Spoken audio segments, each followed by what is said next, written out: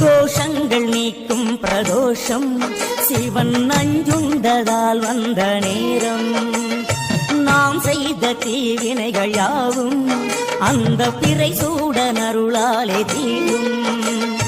நாரனின் விடையாக நன்றியின் கொம்பிடையில் சிவனாடும் நேரம் இது. சிவன் வரும் சுகமான நேரம் இது.